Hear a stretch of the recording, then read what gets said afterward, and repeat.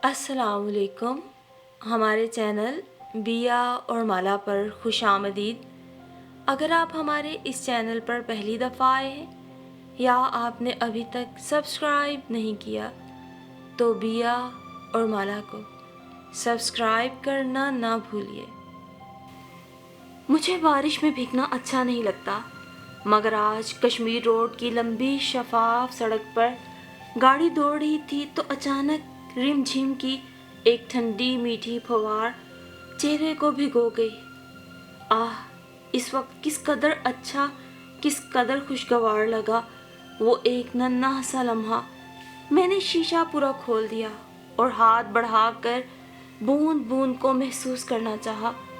نہ ہاتھ گیلے ہوئے، نہ پانی کے چند قطرے ہی ہتھیلی پر ٹھہرے، اور اندر تک جو تپش کا احساس سلگ رہا تھا ترستا ہی رہ گیا. اور پھر میں نے تمنا کی کہ اے خدا، یہ گھٹا ذرا تو کھل کے برسے کہ چند لمحوں کے لیے اس رم جھم میں بھیگ لوں. یہ میں تھی، صنم رضوی، جسے بارشوں میں بھیگنا دنیا کا واہیات ترین شغل لگتا تھا، جو بارش میں کمرہ بند کر کے بیٹھ جایا کرتی تھی. لیکن کبھی کبھار انسان کو اپنا بھی پتہ نہیں چلتا. وہ چیزیں جنہیں زندگی بھر اہمیت نہ دی ہو، پل بھر میں زندگی سے عزیز تر ہو جاتی ہیں. اس لمحے میرا بے اختیار من چاہا کہ آنکھیں موندے یوں ہی بھیگتی رہوں، لیکن وہ گھٹا تو مجھے بے کل کرنے آئی تھی. ایک دم ہی مطلع صاف ہو گیا. میں خوف زدہ ہو گئی اپنے اندر کی آگ سے. یہ کیسی آگ جل رہی تھی میرے من میں، جسے بجھانے کے لیے میں بارش کی آرزو کر رہی تھی. کیسا تھا وہ ایک پل کا احساس، وہ ایک لمحے کا بھیگنا، سرور کی وہ کیفیت. اسی طرح کتنی رتوں پہلے چند لمحوں کی پھوار میں پہلے بھی بھیگی تھی. فرق صرف اتنا تھا کہ وہ لفظوں کی پھوار تھی، ایسے لفظوں کی برسات جن سے مجھے چڑ تھی. اظہار کا وہ گھٹیا سا انداز، خالص فلمی سٹائل جس سے مجھے حقیقتاً نفرت تھی. لیکن اب سوچئے کہ انہی لفظوں نے جن سے کبھی مجھے چڑ تھی، مجھ جیسی باوقار سوچے رکھنے والی لڑکی کے اندر واویلا مچا کر رکھ دیا، میری ذات کی بنیادوں کو ہلا کے رکھ دیا. میں خود حیران تھی کہ یہ کیسے ہو گیا. ایسا نہیں تھا کہ میں کوئی بڑی خشک مزاج یا محبت کے جذبوں پہ نا یقین رکھنے والی لڑکی تھی. البتہ مجھے آج کل کے محبت کے اظہار کے ان تمام طریقوں سے نفرت تھی جو اسکولوں، کالجوں، یونیورسٹیوں میں رائج ہیں. کتنے عجیب طریقے سے لوگ ایک دوسرے کو ایک ہی نظر میں پسند کر کے آئی لو یو کہہ دیتے ہیں. یہ کہنے سے پہلے انسان ایک بار بھی کیا نہیں سوچتا، یہ الفاظ کیا اتنے بے مول ہوتے ہیں؟ کسی کو پہلی نظر دیکھا اور جھٹ سے کہہ دیا. میرا خیال تھا یہ الفاظ جھوٹ نہیں، سچ ہوتے ہیں. لیکن کسی کو یہ سب کہنے سے پہلے آپ کی زندگی میں اس کی کوئی اہمیت بھی ہونی چاہیے. اس کے لیے آپ کی زندگی میں کوئی جتن کر کے آپ نے دکھائے ہوں، یا جس سے آپ محبت کا اظہار کرنے جا رہے ہیں اس کے لیے کسی آزمائش سے گزر کے دکھایا ہو. یوں کسی کو منہ پھاڑ کے آئی لو یو کہہ دینے سے محبت نہیں بلکہ چھچورے پن کا اظہار ہوتا ہے. پہلے پہل جب میں ڈائری میں اشعار لکھتی تھی، علم نہ تھا کہ انہی اشعار، ہجر اور انتظار کی میں مکمل تفسیر بن جاؤں گی. میں نے بھی اس شخص کا ہاتھ جھٹکا تھا جس کا دامن تھامنے کی آرزو اب ایک مسلسل حسرت کے سوا کچھ نہ تھی. اور مجھے کب ادراک تھا اپنی کیفیت کا، جنوں کا. کبھی کبھی انسان خود بھی خود پر تب آیا ہوتا ہے جب وہ ادموا ہو چکا ہوتا ہے. وہ ایک بات، وہ چند الفاظ جب اس نے کہے، میں نے اسے جھڑک دیا تھا اور اب اسی ایک صدا پہ کان لگے ہیں. سنو صنم، میں تمہیں چاہتا ہوں. ایسا نہیں تھا کہ نعمان شاہ نے کسی گلی کے نکڑ پہ مجھے روک کر یہ بات کہی ہو، یا کسی مکان کے کسی تاریک گوشے میں دنیا سے نظر بچا کے یہ جملہ کہا ہو. یہ جملہ اس نے 20 کلاس میں درجن بھر سے زائد ساتھی لڑکے لڑکیوں کی موجودگی میں دھڑلے سے کہا تھا. اور کہنے کا یہ انداز، بے باکی کا یہ مظاہرہ میری عزت نفس پر بھرپور تازیانہ تھا. پھر میں نے نہ پورے ڈپارٹمنٹ میں اس کی ذہانت و شرافت کی بیٹھی دھاک کی پرواہ کی، نہ اس کی فطرت کی کہ وہ ہمیشہ سے ہی ایسا صاف کو اور بے دھڑک واقع ہوا تھا۔ لڑکیوں کی مبہم سرگوشیاں، لڑکوں کے چست فکرے اونچے کہہ کے میری خودداری کا جنازہ سرے عام نکل گیا۔ میری چپ ناقابل قبول تھی۔ مگر آپ کی اطلاع کے لیے عرض ہے مسٹر نعمان شاہ، میں آپ سے نفرت کرتی ہوں۔ میں ایک جھٹکے سے اٹھ کر کلاس روم سے نکل گئی۔ میں نے جاتے سمے اس کے چہرے پہ بکھرے اذیت ناک احساسات کی تشریح کرنی بھی گوارا نہ کی، جو دور تک نہ رکنے کے باوجود بھی میرے پاؤں پکڑے جا رہا تھا۔ وہی گھٹیا پن، وہی عامیانہ انداز اظہار، یوں سرے محفل کوئی میرے وقار کو ٹھیس پہنچائے اور میں خاموش دیکھتی رہوں۔ دن گزر گئے، مجھے توہین کا احساس نہ بھولا۔ وہ میری نظروں کے سامنے آتا، میری رگ رگ سلگنے لگتی۔ وہ میرے راستے میں پڑتا، میں پاؤں پٹکنے لگتی۔ اور پھر جب دن گزر گئے، وہ ایک دور ختم ہو گیا، ماسٹرز کی ڈگری میرے ہاتھ میں آ گئی، جب اس کی نظروں میں آنے اور راستے میں پڑنے کا امکان صفر ہو گیا تو سلگتی ہر رگ جانے کیوں ڈھیلی پڑ گئی۔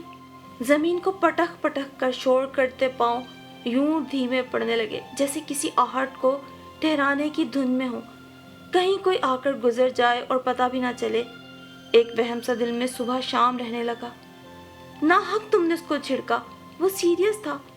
نازش بے شک میری چہیتی دوست تھی، مگر جس دن اس نے مجھ سے یہ جملہ کہا میں نے اسے بھی بلا تو کان سنائے۔ وہ سر جھکائے جانے کیوں سنتی رہی اور مجھے چڑھاتی رہی۔ میں نے زیادہ اہمیت نہ دی، دے دیتی تو وہ اور پھیل کر بلا کے میرے دل پہ ہاتھ رکھ دیتی، اور اپنے دل پر تو میں نے خود کبھی ہاتھ نہیں رکھا تھا۔ جہاں ہے جیسا ہے، میں پرواہ کرنے والوں میں سے نہ تھی۔ ہاں، ان چھوٹی چھوٹی باتوں کی باز گشت اکثر صنم رضوی کو نگلنے لگتی۔ شاید کوئی بے در و دیوار سا حصار تھا جس میں قید رہنے لگی تھی۔ میں خود کو کوستی، زمانے بھر کی گالیاں دیتی، مگر سدھرتی نہیں تھی۔ تم وہی ہو نا صنم رضوی جو یوں سرے راہ مرنے اور مٹنے والوں پر جی کھول کر ہنسا کرتی تھی۔ تم وہی لفظوں کو سراب گرداننے والی حقیقت پسند۔ تمہیں کیا ہوا؟ تم پر کیا بھوت سوار ہوا ہے؟ چند لفظوں کے اثر میں آ گئی نا تم بھی؟ وہ جسے چیپ مینرزم کہا کرتی تھی، ہو گئی نا تم بھی اسیر، وہی پرانے فسانے کا تازہ شکار، بلکہ بدترین شکار، کہ تم تو مذاق اڑانے والوں میں سے تھی، آج خود مذاق بن گئی۔ میں نے کتنا چاہا کہ یوں اپنی نظروں سے نہ گروں، کتنی سرزنش کی، کیسی کیسی اذیت سہی، اور نتیجہ وہی ڈھاک کے تین پات، سڑکوں شاہراہوں پہ چلتے ایک چہرے کو ٹٹولنا۔ کہیں وہ نہ ہو میرے اندر کی لڑکی اٹھتے بیٹھتے سوتے جاگتے میری خودداری کو دکھ دینے لگی۔ میں نے چپ چاپ سہ لیا، چپ چاپ بنا ویلا کیے کہ بہرحال مجھ جیسی لڑکیوں کو اپنی نسوانی وقار کے علاوہ دنیا میں کسی چیز سے اتنا پیار نہیں ہوتا۔ میں تو خود اپنے اندر جھانکتے ہوئے گھبراتی تھی، کہیں کچھ غلط نہ ہو، کوئی گڑبڑ، حالانکہ دل سے لے کر دماغ تک گڑبڑ گڑبڑ ہی تھی۔ پھر میں نے خود کو کوستے جھنجھوڑتے خود اپنے آپ سے پیچھا چھڑانا شروع کر دیا۔ مگر کیا ہوا، لیکچررشپ کے لیے اپلائی کرنا چاہا تو دادا جان نے جھڑک دیا، اس سے پہلے ہمارے خاندان کی کسی لڑکی نے نوکری کی جو یہ کرے گی؟ سمجھاؤ ناصر رضوی اپنی اولاد کو، اپنا دماغ درست رکھا کرے۔ ڈبل ایم اے کی خاطر دوبارہ یونیورسٹی میں ایڈمیشن لینے کا خیال کیا تو پتہ لگا بہت دیر ہو گئی ہے۔ ایڈمیشن ختم ہونے کے پورے 1 ماہ بعد میں یونیورسٹی انفارمیشن میں پہنچی، ایم اے انٹرنیشنل ریلیشنز کے بارے میں پتہ کر رہی تھی۔ میری بات کا جواب دیتا وہاں موجود بندہ جو بھی تھا مجھ پہ ہنسنے لگا۔ بی بی، اتنی دیر سے خیال آیا آپ کو؟ آپ یہاں شہر میں نہیں تھی کیا؟ میں کیا کہتی کہ شہر کیا، میں تو شاید اس جہاں میں نہیں تھی۔ پھر کیا تھا؟ جھنجھلاہٹ اور اکتاہٹ کے ڈبل دورے مجھ پہ پڑنے لگے۔ یوں کیسے گزرے گی؟ میں خود کو ہلکان کرتی، کسی سے کچھ کہہ سن بھی نہ سکتی۔ جب بندے پہ جنون سوار ہو تو اسے روشن ترین راہیں بھی اندھیر نظر آتی ہیں۔ سورج کے نیچے کھڑا بھی ہر طرف اندھیرا اندھیرا چلاتا رہتا ہے۔ مجھے اپنے آپ پہ حیرت کے ساتھ وحشت بھی ہو رہی تھی۔ راستے ہمیشہ کئی نکل آتے ہیں، اب بندہ کھوج نہ پائے تو یہ الگ بات ہے۔ نازش نے چٹکی بجا کر 2 لفظوں میں میرا سارا مسئلہ حل کر دیا، مجھے نئی راہ دکھا دی۔ بھائی صنم، پرائیویٹ ایم اے کر لو،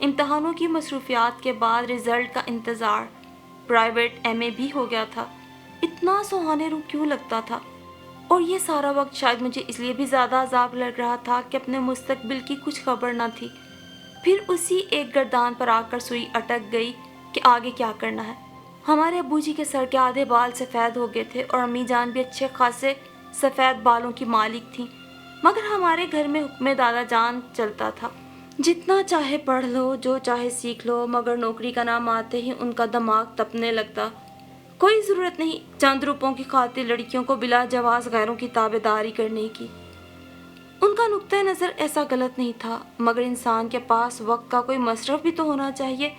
سلائی کڑھائی قسم کے کورس کرنے کا مجھے کوئی ایسا شوق نہیں تھا، اور امور خانداری کے رپے اور کھانے پکانے کے معاملات میں جتنا میں سگڑ تھی اس سے زیادہ کی حسرت نہ تھی۔ اب کیا تھا، گھر بیٹھے گھڑیاں ہی گننا۔ باجی کوئی اچھا سا پروگرام بنائیں، کتنے انتظار کے بعد تو آپ کے امتحانات ختم ہوئے ہیں اور کتابوں میں سر دیے جب میں امتحانات کی تیاری کر رہی تھی۔ کاش مجھے اندازہ ہو جاتا کہ کتنے بیکار خوفناک سے دن طاق میں بیٹھے ہیں۔ میں نے نائلہ کو بیزاری سے دیکھتے ہوئے سوچا، اوفو بور، آپ انتہائی بور شخصیت ہیں۔ وہ پیر پٹکتی ٹی وی لاؤنج کی طرف چل دی تو میں کچھ دیر تو غائب دماغ رہی، پھر اٹھ کے اس کے پیچھے چل پڑی۔